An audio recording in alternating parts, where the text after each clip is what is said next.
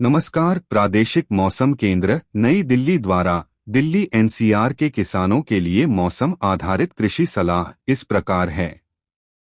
दिल्ली में 2 से 4 जून तक आसमान में सामान्यतः बादल छाए रहेंगे।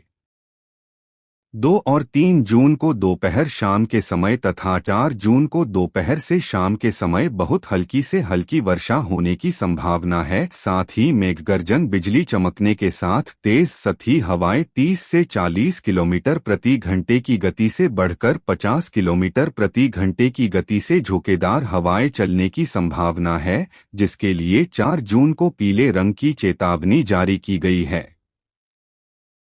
दिल्ली में 2 जून को अधिकतम तापमान 36 से 38 डिग्री सेल्सियस तक रहने का अनुमान है। अगले 3 दिनों के दौरान अधिकतम तापमान में 2 से 3 डिग्री सेल्सियस की क्रमिक वृद्धि होगी।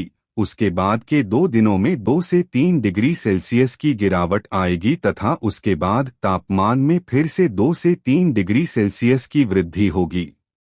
दिल्ली में 2 जून को न्यूनतम तापमान 26.8 डिग्री सेल्सियस दर्ज हुआ। अगले 3 दिनों के दौरान न्यूनतम तापमान में 2 से 3 डिग्री सेल्सियस की वृद्धि होगी और उसके बाद कोई बड़ा बदलाव नहीं होगा।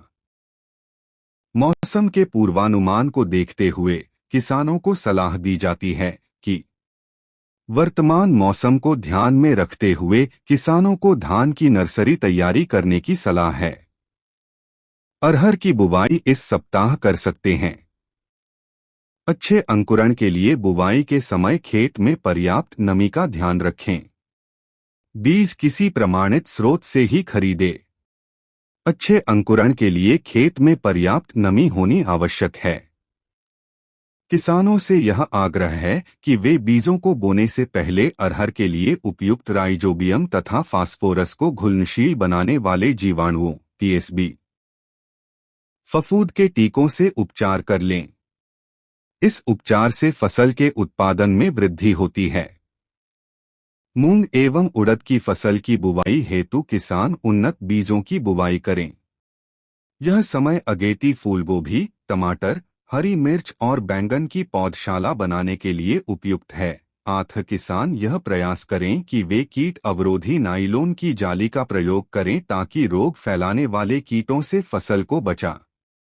भिंडी की फसल में तुड़ाई के बाद यूरिया 5 से 10 किलो प्रति एकड़ की दर से डालें तथा उसके उपरांत सिंचाई करें।